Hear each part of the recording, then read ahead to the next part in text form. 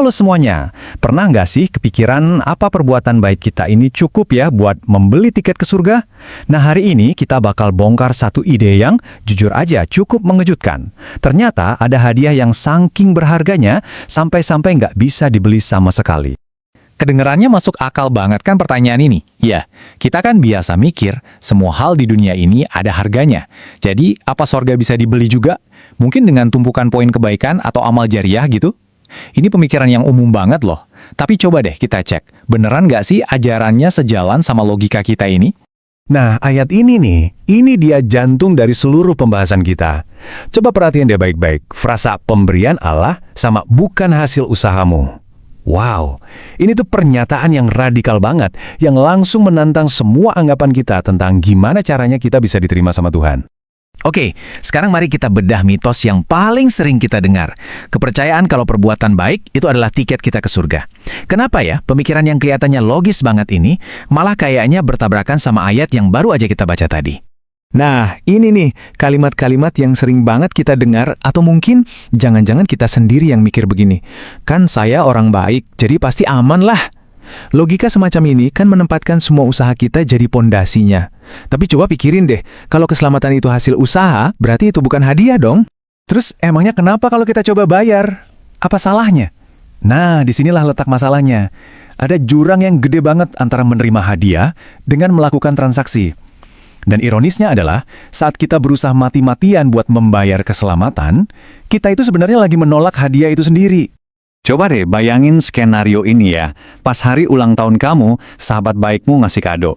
Terus, bukannya bilang makasih, kamu malah keluarin dompet sambil nanya, berapa nih harganya? Aneh banget kan? Canggung, bahkan bisa dibilang menghina. Kita mengubah momen yang penuh kasih jadi transaksi bisnis. Nah, persis kayak ginilah yang terjadi waktu kita coba-coba membayar anugerah dari Tuhan. Jadi bedanya jelas banget ya. Anugerah itu pemberian gratis, ya responsnya syukur. Sebaliknya, transaksi itu kan pembayaran atas usaha kita, yang ujung-ujungnya bisa bikin kita bangga diri. Wah, saya berhasil nih, saya pantas dapat ini. Nah, Injil itu justru membalik total logika ini. Coba deh, paham konsep ini aja udah bisa ngelepasin banyak banget beban dan rasa cemas kan? Jadi, kalau bukan usaha kita, terus apa dong? Nah, disinilah konsep yang namanya kasih karunia atau anugerah itu masuk. Gagasannya tuh begini. Keselamatan itu dimulai bukan dari kita yang sibuk cari-cari Tuhan, tapi justru dari Tuhan yang berinisiatif mencari kita. Inti dari kasih karunia itu simpelnya gini, kita menerima sesuatu yang luar biasa banget, yang sebetulnya kita sama sekali nggak layak dapetin. Ini tuh bukan gaji atas kerja keras kita, tapi murni sebuah tindakan penyelamatan yang sama sekali nggak didasarin sama performa kita. Analogi ini benar-benar kuat banget buat ngegambarin kondisi kita. Bayangin deh, kamu lagi tenggelam di tengah laut lepas. Sekuat apapun kamu berontak, sekeras apapun kamu berusaha, kamu nggak akan bisa narik dirimu sendiri keluar dari air. Mustahil. Kamu butuh banget, mutlak butuh, tangan yang terulur dari atas perahu. Nah, tangan itulah kasih karunia Tuhan, sebuah inisiatif penyelamatan yang datangnya 100% dari luar diri kita. Oke. Kalau keselamatan itu hadiah, gimana dong cara kita nerimanya? Nah, jawabannya ada di satu kata, iman. Tapi, apa sih sebenarnya arti iman dalam konteks ini? Nah, ini poin yang sering banget disalahpahami. Iman itu bukan satu lagi perbuatan baik yang kita lakuin buat dapat hadiah. Iman itu sama sekali bukan pekerjaan. Coba bayangin iman itu kayak tangan kita yang kosong dan terbuka. Tangan ini nggak bawa apa-apa, nggak nawarin apa-apa. Dia cuma terulur untuk menerima hadiah kasih karunia yang udah ditawarkan secara gratis. Ini nih, pertanyaan yang menghantui banyak banget orang. Rasa cemas yang bikin kita terus-terusan ngukur diri, nimbang-nimbang, udah cukup baik belum ya saya? Dan rasanya kok selalu aja kurang ya? Dan inilah jawaban yang membebaskan dari Injil, fokusnya itu digeser total. Pertanyaannya bukan lagi apakah saya cukup baik, tapi berubah jadi apakah kasih Tuhan cukup besar? Dan jawabannya, puji Tuhan, adalah iya. Kasihnya lebih dari cukup untuk menutupi semua kekurangan kita. Oke, tapi tunggu dulu. Kalau perbuatan baik nggak menyelamatkan kita, terus ngapain kita repot-repot melakukannya? Apa itu berarti semua jadi nggak penting lagi? Wah, sama sekali bukan gitu. Peran perbuatan baik itu nggak hilang, tapi posisinya itu loh, berubah total. Yuk kita coba lihat analogi akar dan buah ini. Perbedaannya itu cuma terletak di satu kata kecil. Tapi, wah, ini mengubah segalanya. Pemahaman yang salah bikin kita berbuat baik untuk bisa diselamatkan. Tapi kebenarannya adalah kita berbuat baik karena kita sudah diselamatkan. Lihat kan bedanya? Motivasi kita bergeser dari yang tadinya coba-coba meraih sesuatu karena takut menjadi sebuah respons tulus atas sesuatu yang udah kita terima dengan penuh syukur.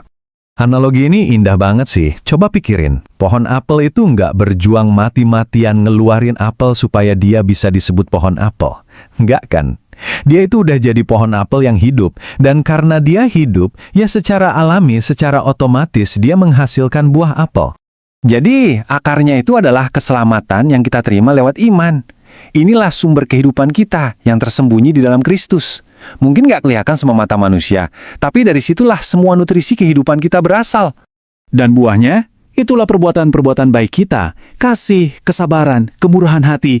Ini semua adalah bukti yang kelihatan dari sebuah kehidupan yang udah diubahkan oleh anugerah Tuhan. Jadi ingat ya, buah itu nggak bikin pohonnya hidup. Buah itu membuktikan kalau pohon itu memang hidup. Nah, untuk merangkum semua ini, yuk kita lihat satu cerita sederhana yang menggambarkan dua cara pandang yang beda banget ini. Bayangin ada dua orang nih. Yang pertama, seorang pengusaha sukses yang terkenal dermawan. Di hatinya, dia pede banget karena dia punya daftar panjang berisi amal dan perbuatan baik sebagai bukti kelayakannya. Terus yang kedua, ada seorang tukang sampah. Dia datang dengan tangan kosong, sadar banget sama semua kekurangannya, dan cuma bisa bilang, Tuhan, kasihanilah aku. Yang satu ngandelin dirinya sendiri, yang satunya lagi cuma bisa ngandelin belas kasihan Tuhan. Dan inilah inti dari cerita itu. Tuhan itu nggak lagi megang kalkulator buat ngitungin jumlah amal kita. Dia itu melihat kemana hati kita bersandar. Apakah ke pencapaian-pencapaian kita sendiri atau ke anugerahnya yang nggak terbatas? Jadi apa sih intinya? Gini, pesannya sebetulnya sederhana. Berhenti deh mengandalkan diri sendiri. Lepaskan beban berat itu. Kita diundang untuk datang apa adanya, terima hadiah gratis ini, dan biarkan hidup kita diubah. Bukan lagi karena rasa takut, tapi karena rasa syukur yang meluap-luap. Dan saya mau tutup sesi kita kali ini dengan satu pertanyaan ini, untuk jadi bahan renungan kita masing-masing ya. Saat nanti Anda berdiri di hadapan kekekalan, di atas pondasi apa sih Anda membangun harapan Anda? Apakah di atas pasir apung dari usaha Anda sendiri, atau di atas batu karang anugerah Tuhan yang nggak akan pernah goyah? Coba pikirkanlah itu.